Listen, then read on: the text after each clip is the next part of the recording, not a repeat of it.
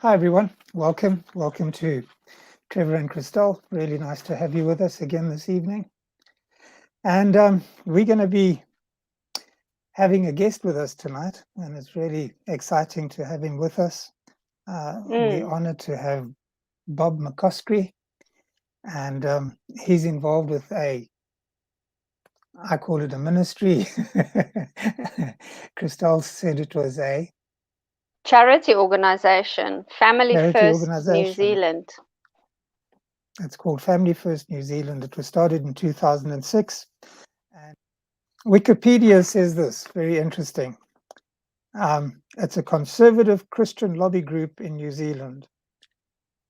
So we're going to bring Bob on and introduce him to you, and we trust that you'll enjoy the interview with us. Hi, Bob. Welcome. Welcome. Thank you for having me. Nice to be there. Yes, wonderful. Very good of you to be with us. I want to carry on reading that Wikipedia introduction. It introduces Family First as a conservative Christian lobby group in New Zealand, founded in March 2006, with former Rhema radio talkback host and South Auckland social worker Bob McCoskrie as the national director. Its stated objectives are to seek to influence public policy affecting the rights and protection of families and promote a culture that values the family. That's from Wikipedia. And interesting. We know that Wikipedia isn't always what we would like it to be, but anyway, that's how the secularist sees Bob and Family First. But anyway, it's really good to have you with us, Bob. It's our honor. We really appreciate you taking the time to be with us. And we would appreciate it because all we want to do tonight really is introduce you, the person, and of course, Family First. And then we'll take it from there in the future where we can actually be speaking more about the particular subjects and topics. So, I mean, basically, we're looking at three basic questions. Who is Bob McCoskrie? What made you start Family First? And then tell us about Family First.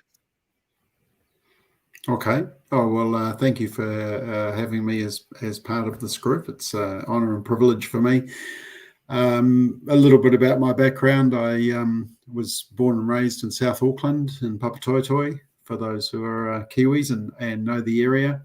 I went to Auckland University and graduated there with a master's degree in accounting. I then went and did some lecturing of accountancy and taxation law at Manukau Polytech in Otara in South Auckland. And then after 4 years, I became part of Youth for Christ, which in those days, late 80s, early 90s, was very, very strong.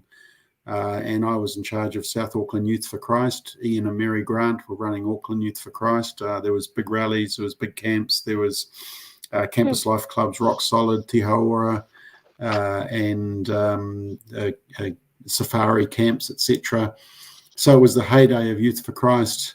After 4 years, I decided I wanted to do something more in our local community of Papatoetoe with at-risk families. So I wanted to sort of set up a wraparound service that worked not only with the kids, but also worked with the families and parenting, etc., but still with the Christian DNA. And so we set up a trust called Papatoetoe Adolescent Christian Trust, which is still going some 25 years later. And I was there for about 12 years and then felt called to go into radio, which had always been in my blood. Always wanted to be involved in radio and had done some part-time on Radio Rema as well, and some on some commercial radio stations. And so became their breakfast host for 4 years, doing interviews and talk back and speaking to the then Prime Minister, Helen Clark, every morning. Every morning, once a week. And so, it was good that she was willing to come on and take some of the interesting questions that I was throwing at her, which had nothing to do with economics, was more to do with morality and some of the legislation that they were passing through. And then in 2006, that door closed, and it was really where to, God, from here, and felt a real need. I'd noticed that when I was in broadcasting, it was easy to find interviewees on the liberal side, on the left side, but on the conservative side and on the values side, it was much harder to find people to interview. And so I realized that we needed a voice on that side, someone in that space to add to the few others that were there at the time. And so we set up Family First, and it was just a faith-based ministry, had a Christian DNA, and it was really just to be a voice for family issues, parental rights, and that's how it started. It was just a step out in faith and saying, God, if you give us the opportunity, and if we can speak into situations and we can speak sensibly and represent you well, and then hopefully people will get on board and will support, and they certainly have. And so when I look back, the Jeremiah passage that talks about, I know the plans I have for you, plans for good. I realized that there was this whole sowing of seed in this preparation ground that was being done in my life in terms of the accounting background and understanding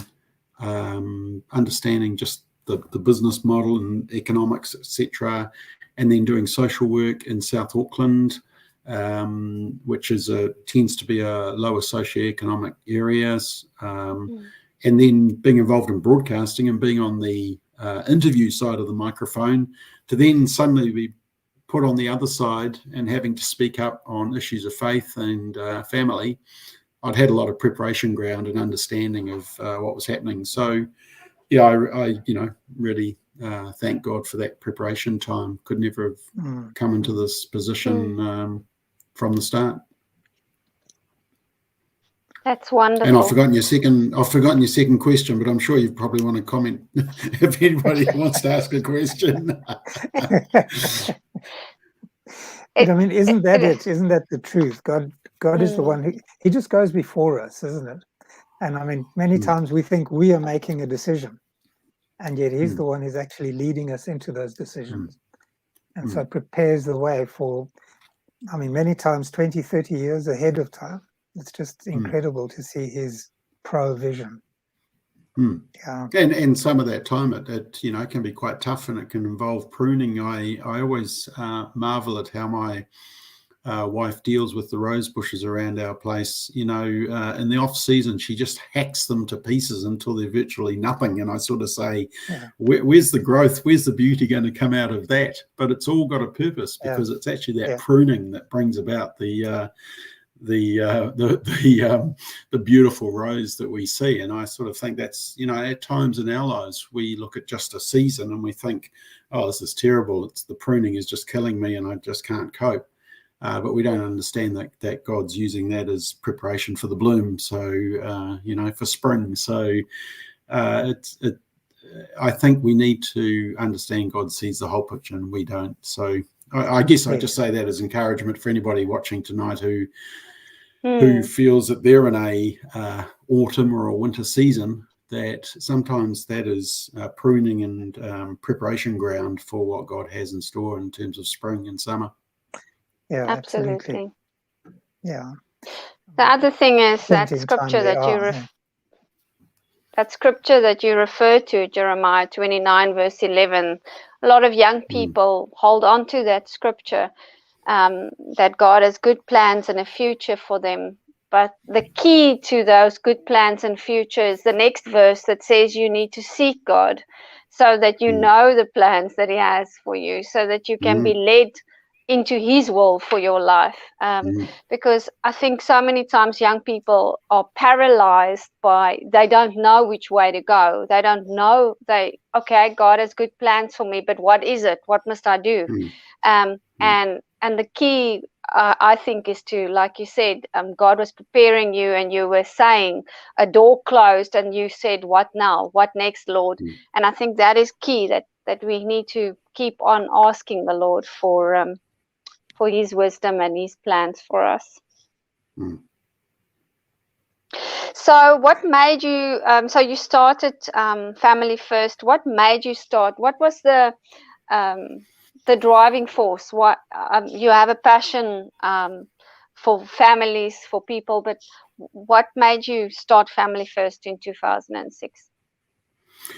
Well, I think, as I mentioned, that I had realised, being in the media landscape for 4 years, that there was a sort of a vacuum in terms of really strong voices on some of these issues. There were some pro-life groups around. There was, at the time, the Maxim Institute was speaking up on some issues. But in general, it was often hard to find commentary that really put up a conservative viewpoint or, Judeo-Christian values into some of these public debates. And so I wanted to join the fight, and, I wanted to speak up on some of these issues. And obviously the training ground that God had prepared enabled me to have some skill set to bring that about. And over time, others have come on board. I've used a lot of experts around the country and overseas to write research papers and to speak in on specialised issues. So there's been a lot of, collaboration going on. And even when we've faced big social debates like euthanasia and abortion and cannabis legalisation, I've always tried to collaborate with like-minded groups and get as much of the community represented in a unified way, rather than just sort of all going our own way. And I mean, one of my favourite words is synergy, which says that, the sum of what we do together as a group can achieve far more than what we all achieve as individuals. And That's right. I guess that's a good model of the church as well. But so whenever we've taken on specific issues, we've collaborated with groups that are like-minded, and I mean, we're doing that at the moment, even with legislation around conversion therapy bans and birth certificates based on what we identify as rather than our biological sex. So we're collaborating with other groups, and sometimes those groups are not naturally aligned with us on the birth certificates. The whole gender identification issue, we're actually working with a group that's actually consists of feminist lesbians who don't believe that you can just choose your own gender. Now, we would disagree fundamentally on a number of other areas, around moral issues and life choices, but on that particular issue, we're totally in agreement. And it's what they call around the world, you see this happening where groups reach across the aisle. That's what they call it, reaching across the aisle to other groups that, you agree to disagree on certain fundamental issues, but on particular issues, you find areas of agreement, and together you work on bringing about change. And so that's been an interesting process in all of this. But, I think probably a key thing that we're trying to do through Family First is to really equip and empower the church to speak up on these issues, giving them encouragement to get involved in the process, to make submissions, to turn up to oral submissions to the select committees, to speak up in their local areas. And sometimes they just need a little emboldening. They need a little bit of background research that we can do and then present them with some of the basic arguments. And I think a lot of people in the church, they know what they believe, but sometimes when you ask them, why do they know what they believe? We all struggle a little bit to put it into words. So yes, we've tried to do so. that on some of the social issues. Yeah. Yeah, very much so. And I mean, isn't that something the Lord has been speaking about that over the last while now, is unity, bringing about a unity. And unity is speaking the same thing, isn't it? And sometimes you have to step across that aisle and get into unity with people that you wouldn't normally get into unity. And it's challenging many times, because it challenges your way of thinking and your worldview in many instances. But for the sake of winning, or what's the word I'm looking for? For the sake of forwarding what we are trying to do, we need to gather as much support in all these different areas as possible. Yeah, and I think the two key things with that is that firstly, you don't want to compromise your DNA of who you are. So you never want to go against the Christian conviction, the values. So when we're not compromising that, then, we can hold hands across the aisle saying that on this particular issue, we agree on that's quite an important thing to do. But the second thing is that whole area around winning. It was interesting when we got to our 10th anniversary. So Family First has existed for, it's about 15 and a half years now. And when we got to 10 years, we thought, let's have a little bit of an examination of how well we're doing. Let's get out a whiteboard and let's put up a list of all the things that we've won. And it stayed a whiteboard because we hadn't had a lot of victories, and most of the legislation, as you'll know, in New Zealand, anybody who's a Kiwi or has been observing New Zealand, there's been a whole lot of legislation which has been going in the wrong direction, and we're paying the cost for it.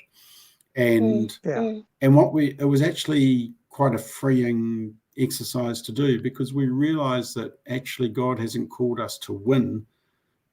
He's called us to speak truth. And even when that doesn't involve, winning, so to speak. And I mean, a classic example of that was the same-sex marriage debate, when they wanted to redefine marriage. Now, normally the culture doesn't talk about marriage. Marriage is out there, it's quite nice, but nobody fights for it. Nobody wants to analyze it. And during the same-sex marriage debate, I actually knew that we were probably going to lose that. Because I knew the makeup of Parliament and I knew how the vote was going to go. But what it did give us an opportunity for was that everybody was suddenly talking about marriage, and everybody wanted marriage, and every group was entitled to marriage, and it was the best thing since sliced bread. And so we joined the discussion and said, do you know why every culture in the world has adopted marriage? Why is it so common across so many different cultures?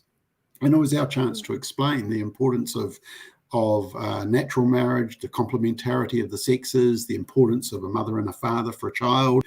And so, you take these opportunities. And I think even with the debate around abortion and around euthanasia, even when we were staring defeat in the face, we could still speak about the sanctity of life. We could still speak about the vulnerability of people in their final days and the importance of real dignity of giving appropriate palliative care and helping people through those times when they're most vulnerable, helping pregnant mums when they're vulnerable. And actually abortion isn't the solution, but that's all they see as a possible solution. So I think whatever the social debate is about, even when we know we're up against it and up against the culture, let's take the opportunity just to speak truth, because at certain times people are listening and are open to having that discussion. And so that's what we should be taking every opportunity.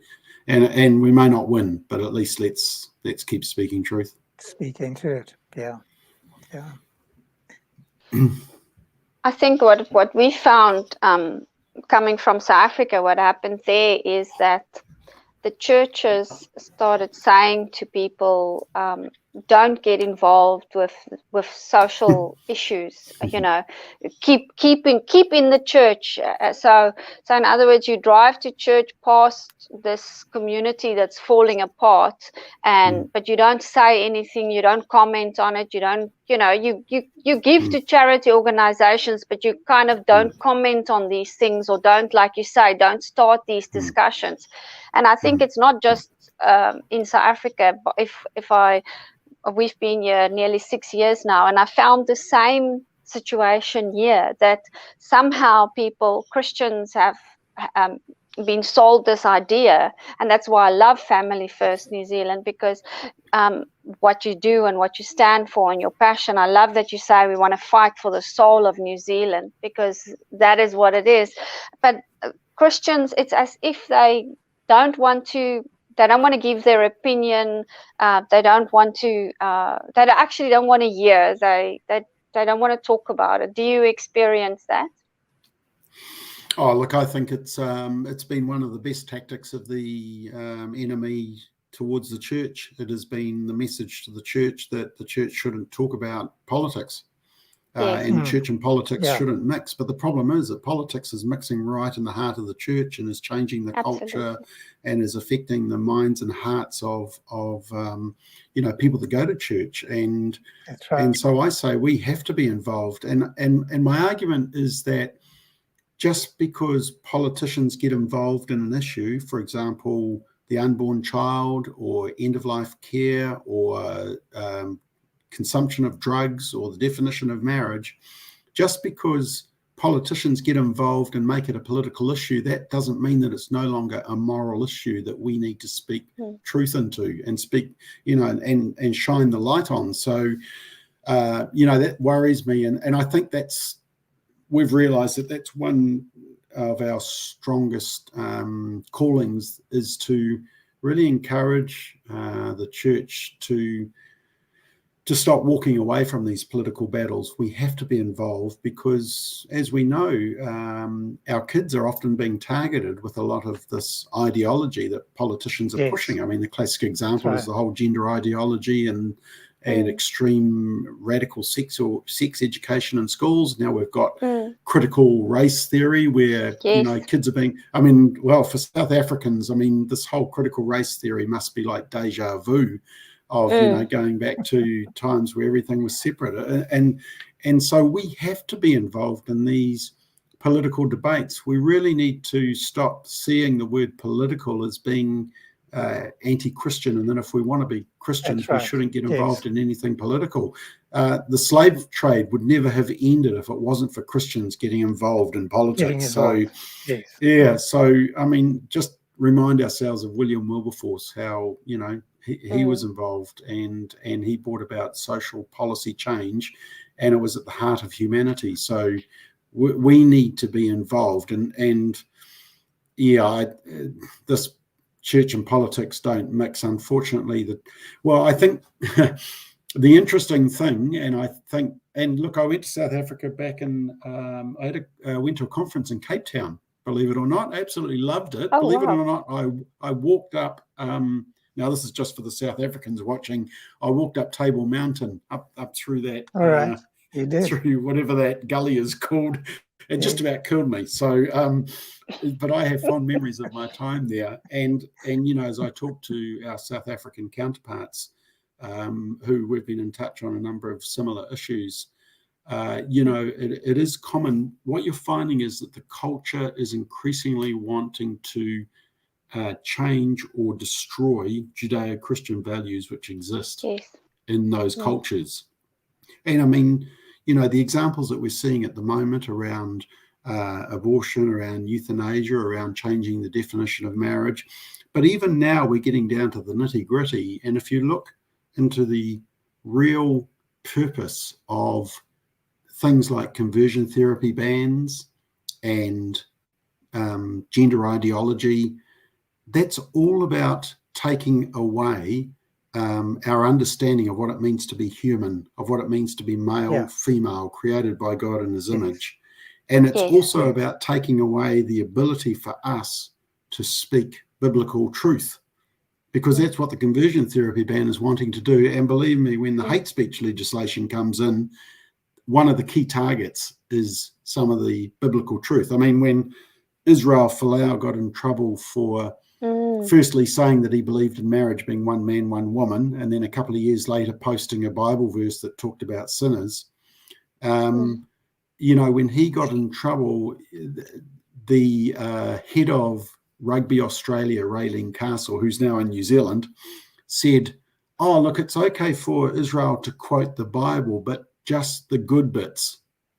That's a quote. She said, "Just the good bits." And that's kind of the understanding, is that you can be a Christian in this culture, but just focus on the good bits. Just focus on the love, and not on the tough bits that say that we're all sinners, that we're all saved by grace, that we're all going to come under judgment. We need to get ourselves right with God, and we need to understand why Jesus died on the cross and why his resurrection was so important. So the church needs to wake up and start to realize that the heat's coming on. Now, I think they are. I actually think that church leaders are seeing all this legislation coming at them like a freight train, and they're starting to realize that they really are at risk. And of course, now we have this new challenge of saying that, well, we've got Jews and Gentiles now, haven't we? We've got the vaccinated and the unvaccinated. And apparently we've got to turn away certain groups. It's church leaders I believe, are starting to wake up now. So hopefully it's in time. We need a united voice. Absolutely. We need that united voice. We went to your conference at the beginning of the year, and we loved it. It was tremendous, and tremendous to hear so many different people from different walks and aspects coming across and sharing. And it was just so nice to see people coming with the same vision. And the people are hungry. And as you say, I really believe that the Lord is calling. And so often when the Lord calls, people don't really know how to respond. And I think this is one of the reasons why to chat to you and maybe do this in the future again is to be able to create a platform where people can say, look, I have these values. I believe in the Judeo-Christian values. Who do we associate with? The resources that you have, all those resources and brochures and that are phenomenal. And yet not too many people know about them. There are many, but not enough. So we really need to get what you are doing out as far as we can and sort of make you a little more known than what you are and what you are doing and what Family First is doing. I mean, the first time we spoke about it to someone, they said, oh, but that's a right-wing political party. Some leader in the church, a young leader. Yeah, and that's been our greatest challenge. And that's why I chuckled to myself when you were reading the intro from Wikipedia. because I mean, Wikipedia is, like the fake news of fake news, but in a lot of places, it seems like a lot of activists go in and just push an agenda. It's very unreliable. But at the same time, there are some factual material there if you can source it. But the key thing is that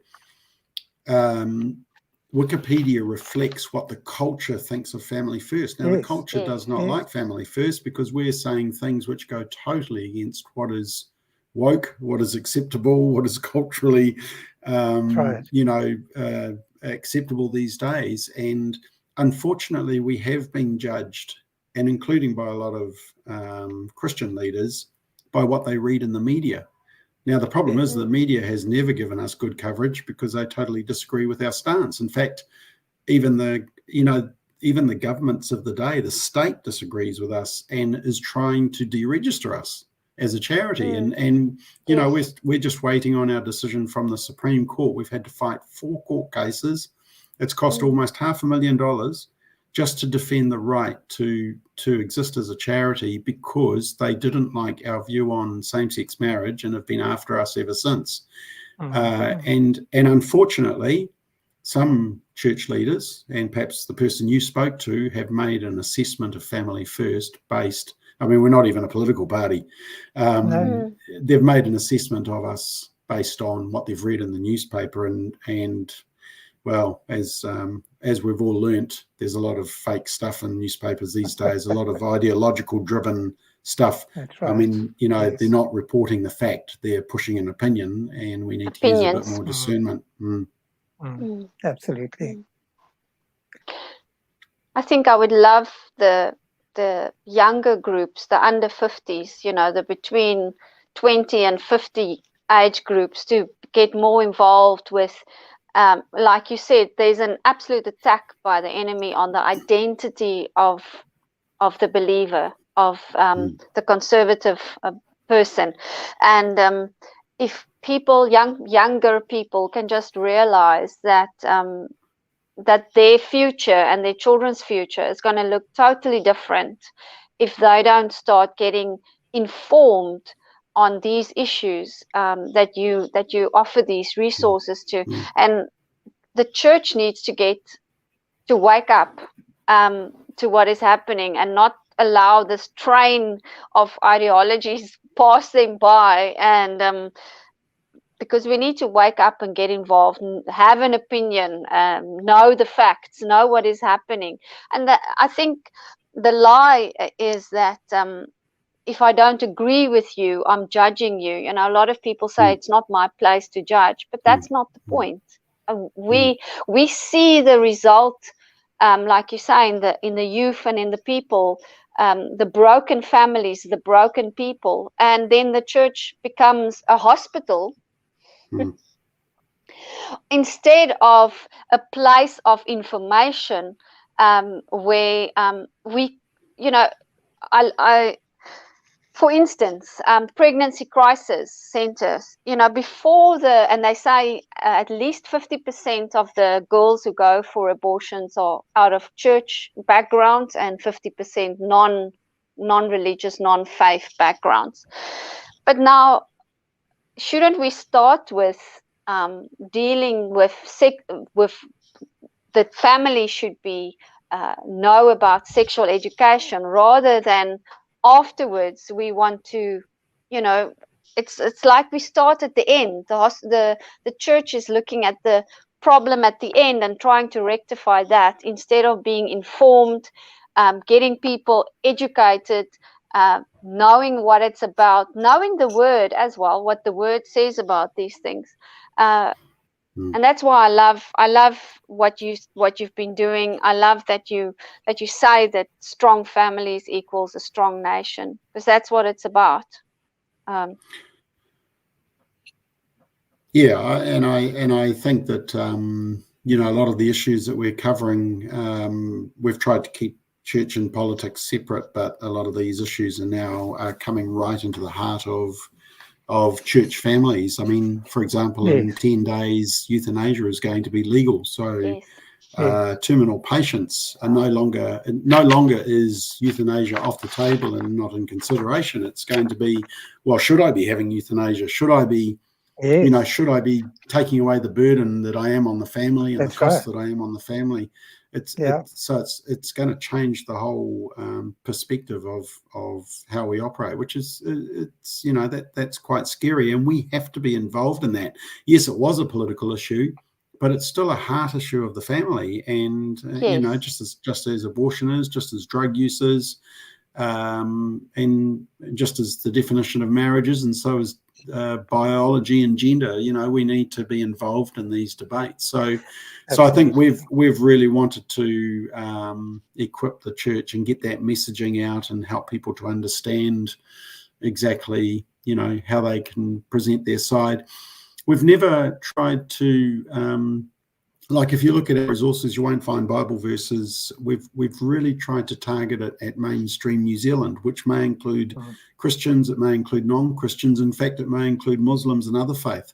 And, you know, for example, in a number of debates, we've reached across the aisle to the Muslim community, because even though we may have fundamental differences with that faith, the values of the family are very similar. In fact, I mean, during the euthanasia debate, there was a comment made by an imam in New Zealand who said, if Muslims choose euthanasia, they'll go to hell. Now, if Israel Folau had said that, it would have been news for the next month. But because it was a imam, for some reason, it just sort of, like, you know, water on a duck's back. And it was just accepted that that was part of their faith, and it is. It's part of their religion, and they're entitled to that. That's the basis of it. And Judeo-Christian values, we have this, you know, similar beliefs in different areas. So we need to get some backbone and start standing up, because unfortunately the culture is becoming increasingly antagonistic. I mean, we all grew up in probably a culture that was fairly friendly to people who went to church, to Christians. Now it's openly hostile, and in fact, it's almost cool to be hostile towards Christians. So, you know, the culture has changed, and the heat is being turned up on us. So when we say Christians stand up, what is it that you would actually like to see the Christian community doing? Well, I think we need to be involved in the process at a political level. I mean, that's a big step up, just asking that. But I think also the challenge for especially church leaders is to be talking about these issues in the church. I mean, Absolutely. how often have we heard a sermon on abortion or a sermon on euthanasia?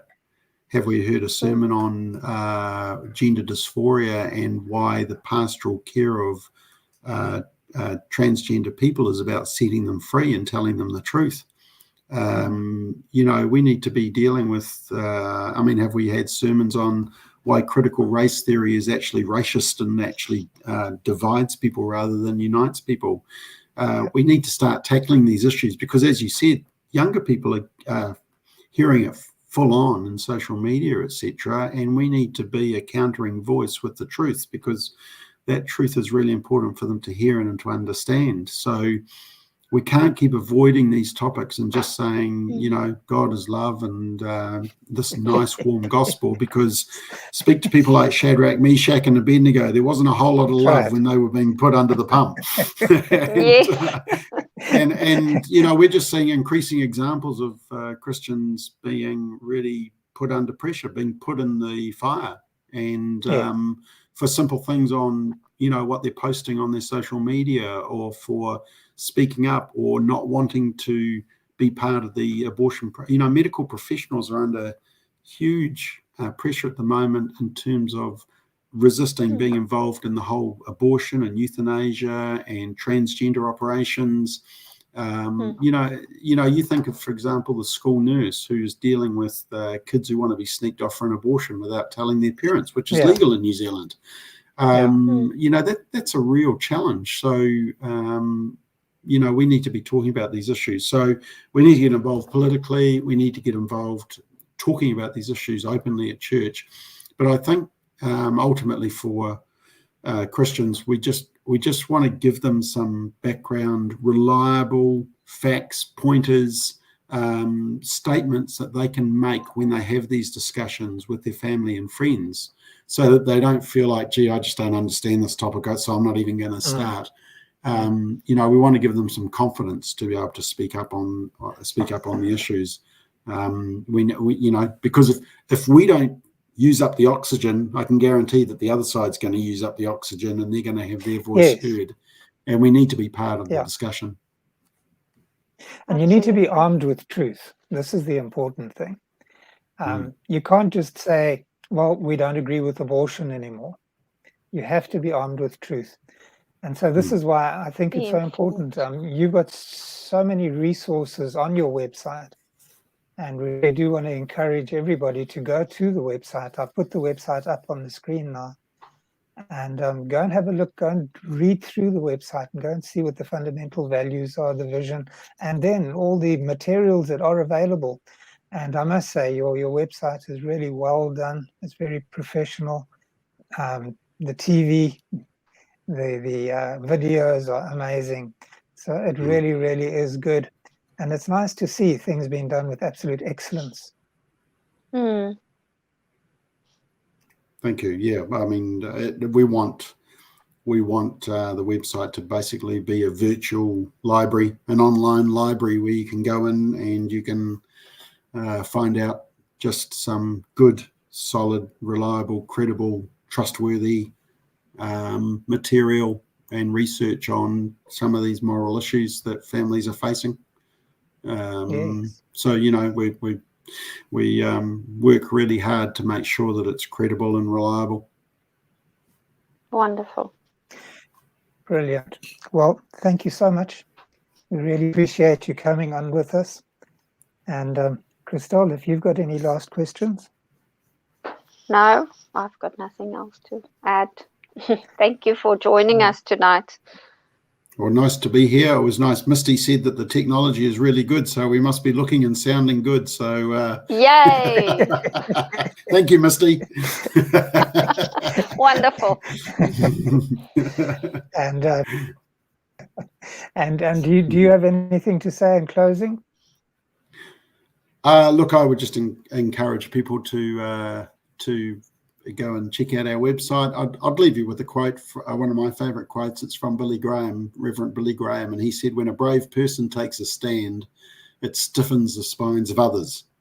And so, you know, it's always been our challenge is to be brave, to take a stand, and it stiffens the spines of others who, you know, we all feel a bit apprehensive and we're a bit nervous about speaking up because we don't want to get, you know, embarrassed or proved wrong or get our facts wrong. So we really want to provide that stiffening of the spine so that people can go in with confidence and can speak up the truth into these situations. You know, we've got biblical truth behind us. We've got the Holy Spirit guiding us and leading us. But you know, some preparation, some groundwork is really important as part of that process. So that's where we're hoping that our virtual library, our website, and our various websites are, you know, related to what we do. I mean, you know, for example, we've just put out a video which gives a explanation of the new euthanasia law, which is about to kick in, and what we need to watch out for with family and friends who may be facing a terminal illness now that the new law is in. So, you know, that's a new video we've just released, and encourage people to watch that and share it, and make sure that we're equipped to know exactly what's going on. We can't sit in the dark any longer. Absolutely. And Wonderful. what I'd like to say is we've got people who share with us from all over the world, from America and South Africa and various parts in Africa, and the islands and India and Pakistan and so on and so forth. And people are facing these same issues all around the world. It's the same woke that's pushing these ideologies everywhere. So, you know, I'd encourage every one of you, have a look at the materials. And I mean, you can obviously apply it to your country and to the people around about you as well. So, and actually that's one thing. Actually, I was just going to say that's one thing that we've been doing a lot is liaising with other countries. We seem to be attracting a bit of attention, and so we do have allies in South Africa. A good mate who I've forgotten his name, but he runs a family organisation, used to be a TV presenter.